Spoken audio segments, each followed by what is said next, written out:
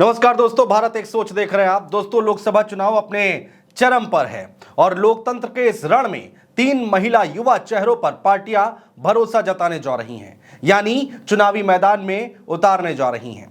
सबसे पहले आपको बताते हैं उन 3 नामों के बारे में। आखिर वो 3 नाम कौन कौन से हैं और कहां से अपनी किस्मत आजमाएंगी। पहला नाम है दोस्तों नेहा राठौर का। जी हां, नेहा सिंह राठौर। दूसरा नाम है दोस्तों नुपुर शर्मा का और तीसरा नाम है जो कि सामने आ रहा है रोहिणी आचार्य का। अब तीनों युवा चेहरों के बारे में तफसील से हम आपको बताएंगे और कहां कहां से ये चुनाव लड़ सकती हैं इसके बारे में भी हम आपको बताने जा रहे हैं। तो दोस्तों, अंदर की खबर यह निकलकर सामने आ रही है कि ये तीनों ही इस लोकसभा चुनाव में डेब्यू कर सकती हैं। सबसे पहले बात करते हैं दोस्तों नेहा सिंह राठौर की। नेहा सिंह राठौर को दोस्तों कांग्रेस पार्टी की तरफ से टिकट दिया जा सकता है और कहा यह जा रहा है कि वो दिल्ली से चुनाव लड़ सकती हैं। दिल्ली में नेहा सिंह राठौर वर्सेस मनोज तिवारी फाइट देखने को मिल सकती है, यानी कि कांग्रेस पार्टी नेहा सिंह राठौर को मनोज तिवारी के सामने उतार सकती है। और नेहा राठौर ने भी इस पर कह दिया है कि अगर कांग्रेस टिकट देती है तो मैं इस पर जरूर विचार करूंगी। नेहा पिछले दिनों मुंबई में कांग्रेस के प्रशिक्षण शिविर में भी पहुंची थी दोस्तों। अब सवाल यह उठता है दोस्तों कि कौन है नेहा सिंह राठौर और इतना ज्यादा चर्चा में कैसे आ गई। नेहा सिंह राठौर भोजपुरी गायिका हैं। उन्होंने 2022 विधानसभा चुनाव के दौरान यूपी में काबा गाना गाया था और इस गाने के जरिए नेहा ने बीजेपी सरकार को घेरने की कोशिश की थी। इससे पहले उन्होंने बिहार में काबा के जरिए बिहार की नीतीश सरकार के खिलाफ मोर्चा खोला था। नेहा सिंह राठौर के गाने और उनके बयान हमेशा उनको चर्चाओं में बनाए रखते हैं और अब नेहा सिंह राठौर के चुनावी रण में उतरने की बात सामने आ रही है। चलिए दोस्तों, अब बात करते हैं दूसरे नाम की। बात करते हैं नुपुर शर्मा की। नुपुर शर्मा को लेकर कयास ये लगाए जा रहे हैं कि भारतीय जनता पार्टी रायबरेली से नुपुर शर्मा को टिकट दे सकती है। रायबरेली सीट गांधी परिवार के लिए बेहद अहम है, आप सब जानते हैं। 2004 से 2019 तक लगातार इस सीट पर सोनिया गांधी चुनाव जीतती रही हैं।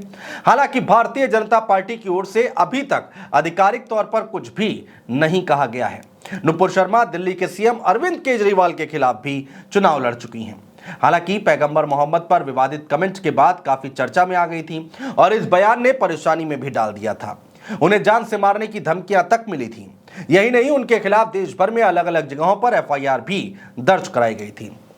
दोस्तों, बढ़ते आगे बात करेंगे तीसरे और आखिरी नाम की।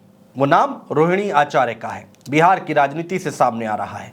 रोहिणी आचार्य लालू प्रसाद यादव की बेटी हैं और बिहार की राजनीति पर अलग अलग समय पर सोशल मीडिया पर अपनी राय रखती आई हैं, अपनी बात रखती आई हैं।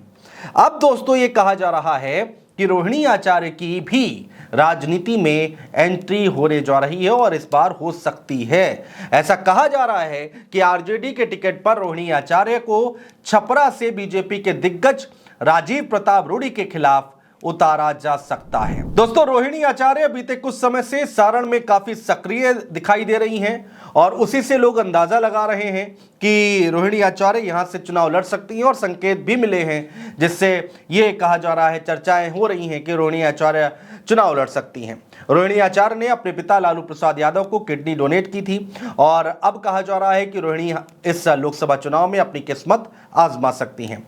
रोहिणी आचार्य का सीधा मुकाबला भारतीय जनता पार्टी के दिग्गज नेता और पूर्व केंद्रीय मंत्री राजीव प्रताप रूडी के साथ हो सकता है दोस्तों। तो दोस्तों, ये 3 नाम हैं। लोकसभा चुनाव हमारे सामने है और लगातार जो खबरें निकल कर आ रही है वो हम आप तक पहुंचाने की कोशिश कर रहे हैं, लेकिन ये 3 महिला युवा चेहरे हमें चुनाव लड़ते हुए दिखाई दे सकते हैं। देखना होगा कि कितनी टफ फाइट दे पाते हैं, कितनी तगड़ी फाइट दे पाती हैं ये तीनों महिलाएं, लेकिन डेब्यू होने की बात कही जा रही है इन महिलाओं के लिए। बहुत शुक्रिया।